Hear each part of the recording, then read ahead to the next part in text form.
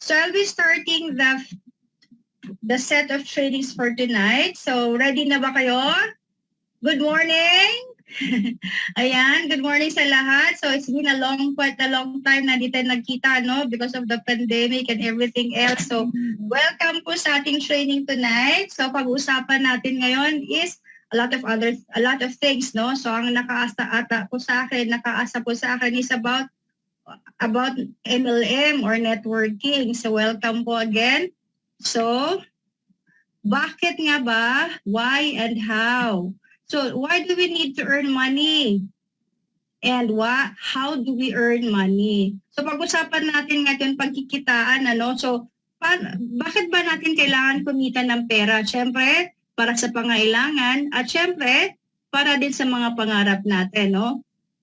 Sa tanong, ang biggest question is, why? Bakit kailangan, no? So, dreams. Ano ba yung mga pangarap natin? Ito yung mga ginugusto natin na sometimes nakakalimutan natin kasi madalas or kadalasan sa kinikita natin, ang lang talaga nangibabaw sa ating budget is yung mga needs lang. So, minsan nakalimutan yung mga dreams. So, ano ba yung mga pangarap, no? Actually, it's house and lot. Ayan. So, depende sa inyo, borrowing cars, travel, and of course, saving. So, actually, all of this hindi naman talaga pangarap kasi everybody has the right, no? Sabi nga nila, kung ang dog nga may dog house, bakit hindi pa ang tao, di ba?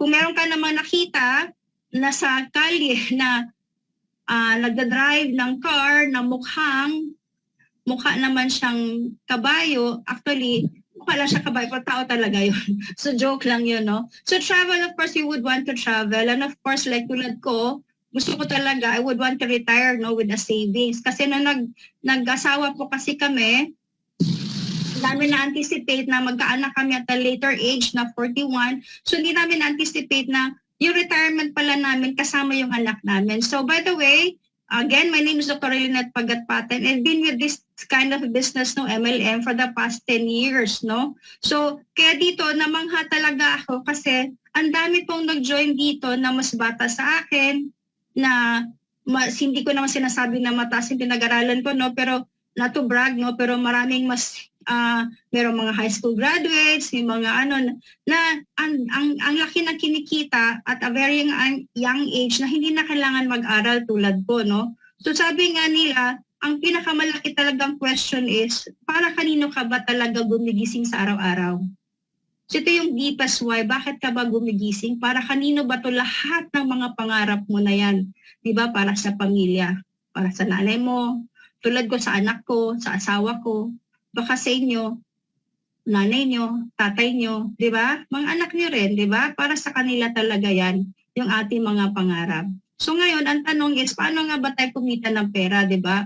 So sabi nga ni Robert Kiyosaki sa kanyang cash flow quadrant, there are 4 ways to earn, no? Either you become an employee or self-employed ka or a business owner or investor. So paano ba to? So sabi nila, pag ikaw daw i-employ, you have a job. Ibig sabihin kasi ng job pala nito is just over broke. So no, hindi talaga assurance, no? So 100% you have to give your 100% time, no? Para kumita ka. So pag binebenta mo yung oras mo para kumita ka ng pera. So no leverage, no? Pag ikaw naman ay self-employed, you own a job. So ibig sabihin when you own a job, ganun pa rin, no? Para ka rin nagtatrabaho, self-employed ka lang kasi trabaho mo yun. Like ako, a medical doctor, no? So, isa ako dun sa mga I own a job kasi may medical doctors. I have my own time. Pwede ako mag-dictate ng oras ko, no? Pero, kailangan ko pa rin mag-render ng oras para kumita ng pera. So, bali dito, we're trading time for money starting every day, no? At zero. Kung hindi ka magtatrabaho, walang kita, di ba? So, unlike sa mga businessman, meron silang sistema wherein people are working for them. Kahit 100 katao i-hire nila, magbigay lang ng 1%, pwede pa rin silang kumita. Hindi kailangan yung presensya nila. Lalo na yung mga investors. Yung mga investors talaga, they're letting their money work for them. So dito sa left side talaga, these are the active earners, no, income earners. Ibig sabihin nun, pag hindi ka kumita, wala kang pag hindi ka nagtatrabaho, wala kang kita, di ba? Dito naman sa kabila, syempre, ano din dito sa kabila is, ito yung mga tao na hindi na kailangan presence nila para kumita ng pera. So tulad ko, no, so sabi ko nga, I'm a medical doctor, I'm one of the self-employed. So bakit ko ba nagustuhan dito? Kasi marami ako nakikita dito, aside from maraming bata, mas bata sa akin, mas mababa pinag-aralan sa akin, hindi kailangan pala dito ko nalaman na sa ganitong negosyo ng MLM, hindi mo kailangan pala ng education masyado, no? Pero of course, mas maganda mag-aral din, ano? So dito talaga, kasi may nakita ako dito, ay ako naman na tumanda, no, na may nakita kasi ako isang doktor na katulad ko, 70 years old. Inaalalayan siya ng isang nurse habang nagra-round siya. Ayaw ko naman maging gano'n na forever ako mag-work. Kasi yung anak ko kasi is just 14 years old or 15 na pala siya ngayon. Kami, magano na, nasa 56. So imagine mo, kailan pa namin magtrabaho para sa kanya, no? So ito yung nakita namin na negosyo na mabilis talaga na mag-transition, ano. So according to Robert Kiyosaki, sabi nga niya, sa mga employed or self-employed talaga, these are the 95% of the population. So, isa na ako doon, no? Isa na marami sa atin, kasama na dito sa 95%. Pero would you imagine, sa 95% natin, nagtatrabaho, we only own 5% of the wealth in the world. Big sabihin, no, imagine mo, 95% tayo pinag-aagawan natin yung 5% ng wealth sa buong mundo, no?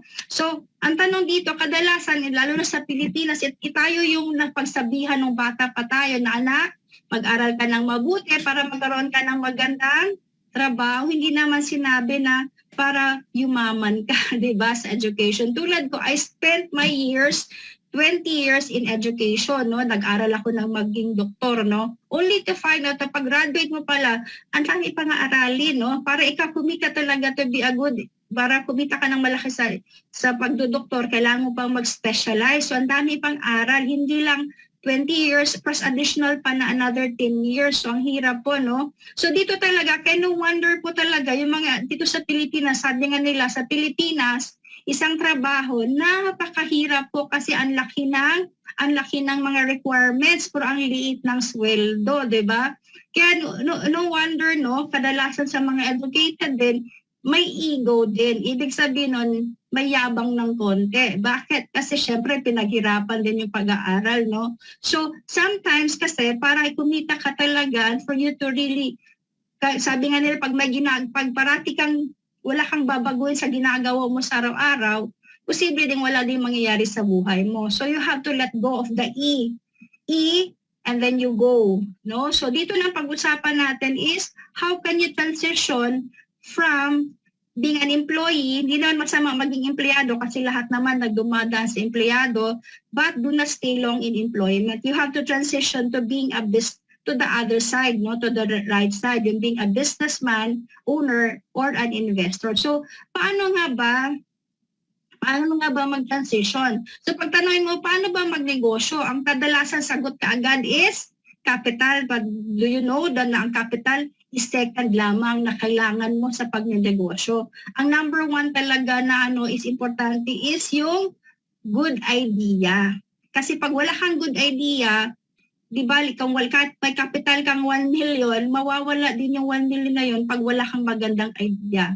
Kasama na rin doon na dapat may sistema ka rin, maganda, may skills ka, at syempre may knowledge and experience ka rin when it comes to business. Kasi pag wala ka nitong mga to, posible ka rin malugi. Kasi bakit sa traditional business, ang dami pong risk, di ba? The higher the risk, the higher the capital, the bigger the risk. Kasi bakit? Pwede kang maloko, pwedeng marami dito, gaya-gaya, di ba? So pwedeng meron tayong competition, pwede ka rin magkakaroon ng dahil sa calamity tulad ngayon, who would imagine na dahil sa pandemic na to, yung travel industry ma-affect, no? Grabe, no? Nung una, mag-aagawan tayo sa piso fare, pero ngayon, grabe, no? So ang daming nangyayari, no? Hindi natin alam. So, with traditional business, marami talagang risk, ano? So, how can we transition talaga to a better business? So, ito naman narinig natin kanina about leverage. Ano ba itong leverage, no? So, ito yung sekreto ng mga bilyonaryo tulad ni Henry C. So, ano ba yung leverage? Ito, gamitin natin ngayon. Isa sa magandang business is nasa leverage marketing. So, isa doon, ginagamitan to ng law of leverage. Ibig sabihin nun, multiplying your time and effort through others. So, nung ako po talaga nag-umpisa dito po ako namangha talaga. At dito po talaga, sabi ko nga, the biggest hurdle I have to undergo dito sa ganitong negosyo is yung aking pride. Kaya talagang I have to let go of the E and go talaga, no? So dito talaga, dapat aralin mo yung negosyo mo. So dito, sabi nga nila dito, gagamitan mo ang law of leverage marketing, gamitan ng law of leverage.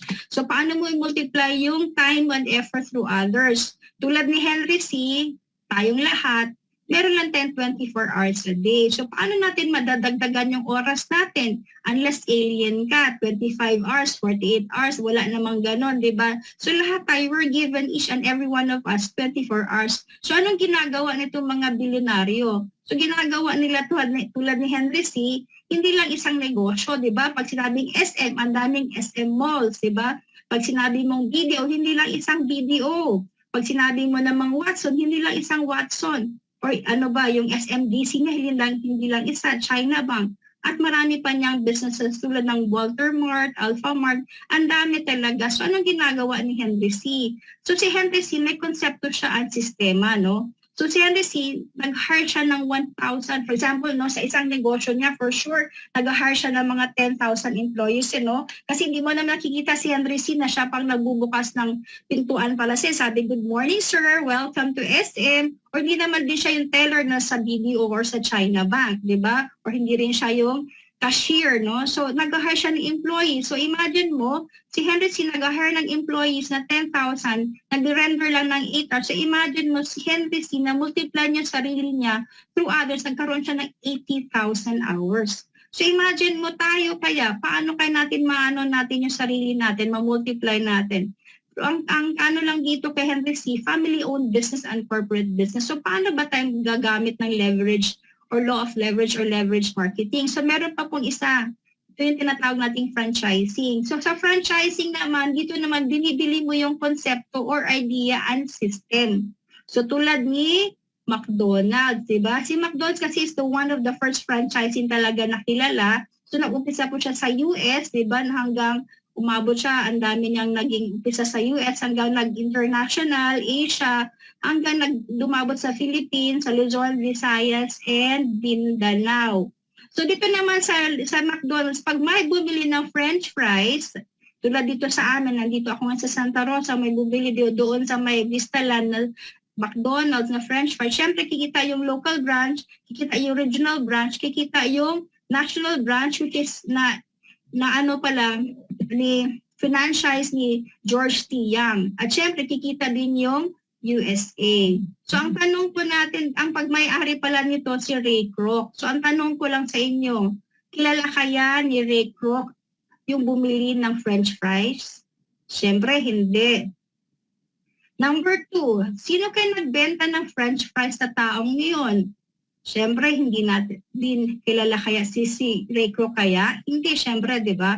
Ano kaya ang ginagawa ni Ray Kroc? Sasabihin ng karamihan, namamahinga. Totoo po talaga kasi 6 meters under the ground na po siya, matagal na po siyang namatay. Pero ang truth of the matter po, ang totoo po talaga, kahit hindi siya nagbenta, kahit hindi niya kilala yung sino bumili, kahit yung mga kamag-anakan niya ngayon na nagtatamasa ng kanyang wealth, ang totoo po, sila po yung kumikita. So dito po, big capital equals big income. So return on investment in 5 years, pero of course, magkano naman? So dito pag big investment talaga is 44 to 65 million. Sabi nyo naman ay, paano naman tayo, di ba? So buti na lang merong SI. So SI is one of the MLM concept, no? Nagumagamit din ng leverage marketing. Tulad na, kaya sabi dito, makinig ka lang muna para later on, you'll be making lots of money. So dito na mag-ibig sabihin ng MLM is multi-level marketing or networking. So ano ba ang ginagawa natin dito? You buy the concept and the idea and learn the system. Ano ba yung system ginagamit natin dito? Ginagamitan natin ng case system. So yung case system nito, yung kakilala mo, kamag-anak mo, kaklase mo ng high school, kaklase mo ng elementary, kaklase mo ng college, ka-Facebook mo, katong-its mo, o yan, kapitbahay mo, yung kapitbahay mo, may kakilala din, na kapitbahay din nila, na may kakilala din ng kaklase niya, na may kakilala din na kamag-anak niya, na meron ding kaklase din ng elementary, na nagbenta ng Supreme products natin, tulad ng ating iSense, tulad ng ating sabon, no, yung ating Supreme Glow, Supreme White, and ating Youthful Glow, and of course, our Supreme Fit. So imagine mo, tuwing may nagbenta, no, na hindi mo, sa kakilala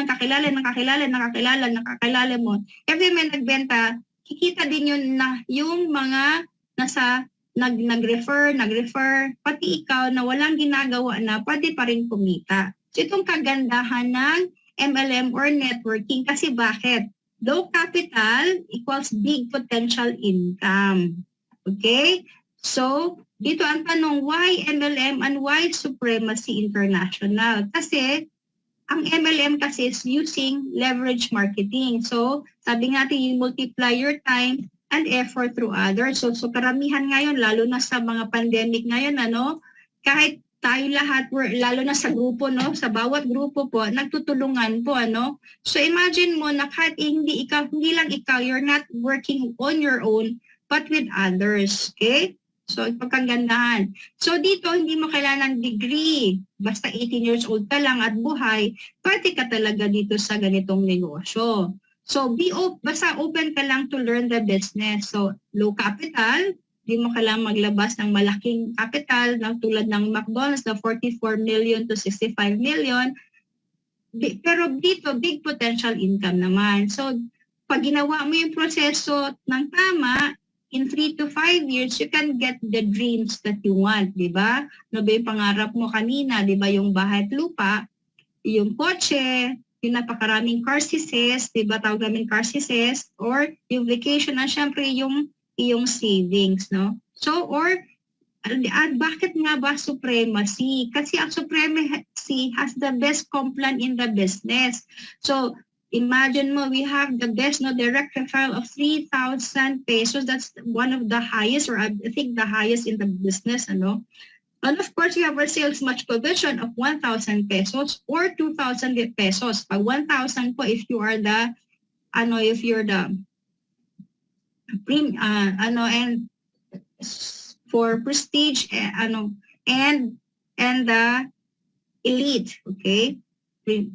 Okay. And then, of course, our QSB or quick sales bonus of 5,000 or 10,000 pesos. And of course, we have the unilevel commission after the 9th or the 12th generation. Depende po kung ano yung kinuha mo na package plan natin, Yung ating And then, of course, we have the leadership commission of 300 pesos. Among other things, ang dami pa po natin yung car incentive natin, yung travel incentive. So, no wonder you should be thinking of getting or joining MLM. Sabi nga ni Robert Kiyosaki, ang dami pong tao, a lot of rich people daw. Wait lang.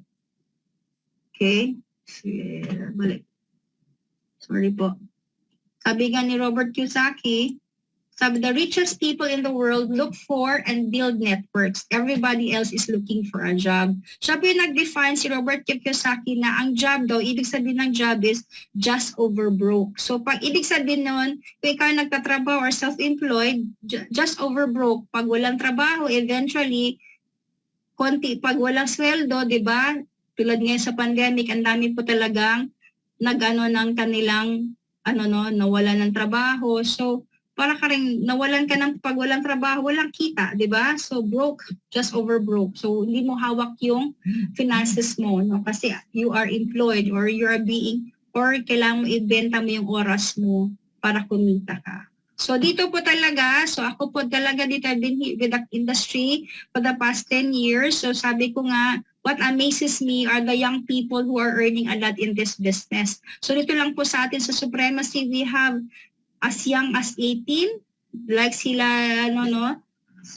daming kumikita dito, no, na tulad nun meron tayong mga nagtatrabaho sa bakery, marami tayong nagtatrabaho, meron tayong mga tricycle driver. So imagine mo, you don't need your degree dito, no? So na-amaze talaga ako dito. Kaya kung bakit ako tinatanong, bakit ka ba nandyan being a doctor? Sabi ko, syempre, kung saan pwedeng kumita, di ba? Lahat sabi naman natin, kung saan pwedeng kumita, doon tayo. So dito talaga, number one mo dapat gawin is just to embrace the process, no? Mahalin mo muna yung negosyo, tapos saka mo aralin. Enroll ka lang, ganun ang ginagawa usually ng asawa ko. Yung asawa ko kasi, join lang yan siya, ako na po nag-aaral ng negosyo. So dito pa talaga dapat aralin lang natin kasi may konsepto na po at may sistema. Sundin lang natin yung proseso. And talaga, posibleng may mangyari. Ako po in my 10 years po, marami ko pong napuntahan, travels, my cars, partially, yung house and lot, di ba? So, ang dami pong pwedeng mangyari sa inyo, lahat ng pangarap nyo. So, ngayon beefing up my savings po talaga para sa kinabukasan ng anak ko. And with that po, I'm ending this, so i-refer ko na kayo ngayon kay susunod po na speaker natin, si Miss Lynn Mariano. Ayan po. So again, thank you for your attention. Again, this is Dr. Lynette Pagatpatan, my husband Art, and of course my son Seki. Good morning po sa lahat.